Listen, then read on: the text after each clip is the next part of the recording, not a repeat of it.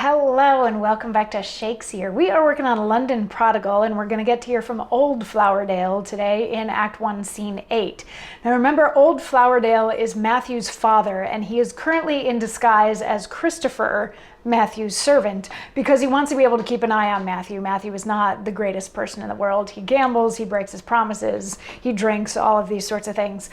And Old Flowerdale told Matthew that they should create a false will that makes Matthew appear to be very rich.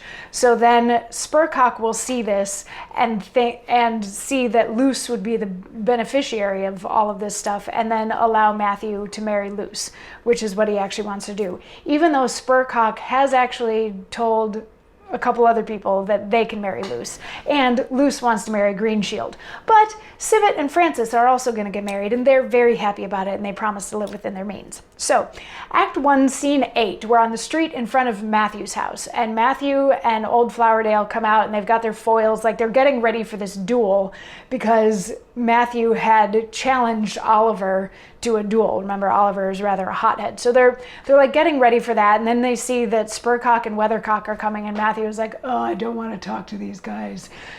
So he goes inside and he's like, tell them I'm not here. So they enter and they're like, we're here to talk to Matthew. And Old Flowerdale first says that Matthew's not there. And they're like, well, but if he is home, we want to talk to him. And he's like, well, he is actually home, but he doesn't want to talk to you.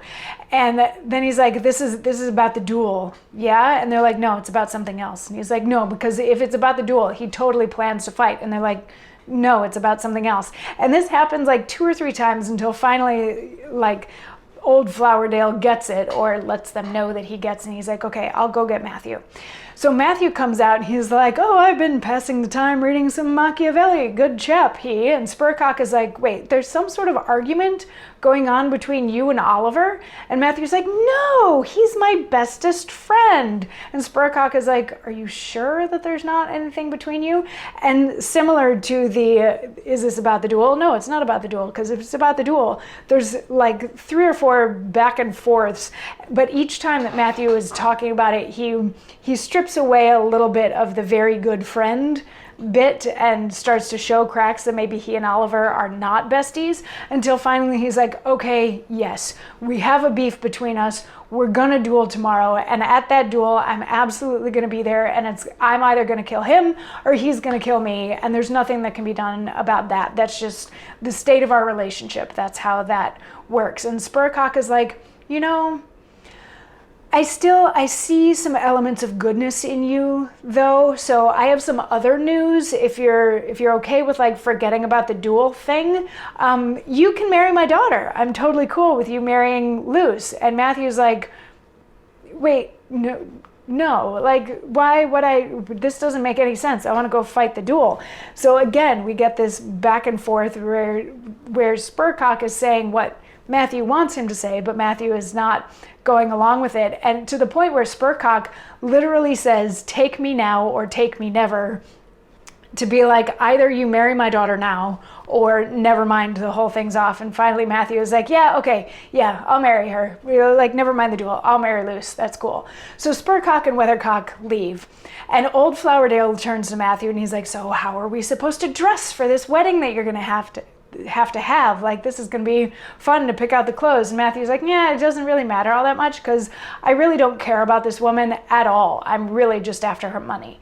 And he leaves, and Old Flowerdale has a moment. It's not a long enough monologue to qualify for this project, but he has this monologue that's like, seriously, your mother would be rolling over in her grave if she knew that this is who you've become. Like, I thought that you were a better person than this.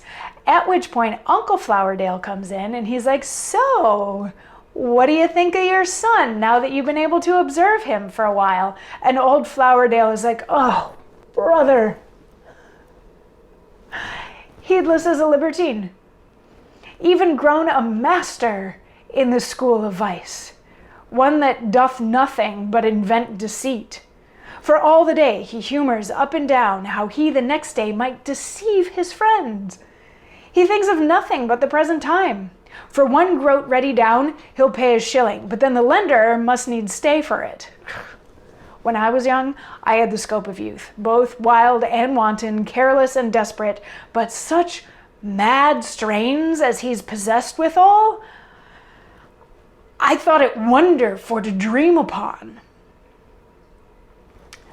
So what he's saying is that Matthew is a way worse person than he thought he was. Because remember, in the very first scene when Uncle is like, I can't with your son anymore, he's a hot mess, Old Flowerdale was like chalking a lot of it up to boys will be boys, and this is how young men behave, and it's good that they get all the vices out of their system when they're young, because then they'll be more virtuous in their old age. But in this monologue, he's like, oh my God, my son is terrible. He's the best at lying. He spends all day trying to figure out how to lie to his friends, how to deceive his friends. He'll borrow money from somebody with no intention of paying it back, but then if anybody borrows money from him, like they owe it, he's like, this guy, he's all over the place. He was like, yes, I led a sort of a wild youth, but this is like way more than I could have even imagined. And Uncle's like, yup. Told you so. And Old Flowerdale is like, no, but it's okay though. It'll be okay.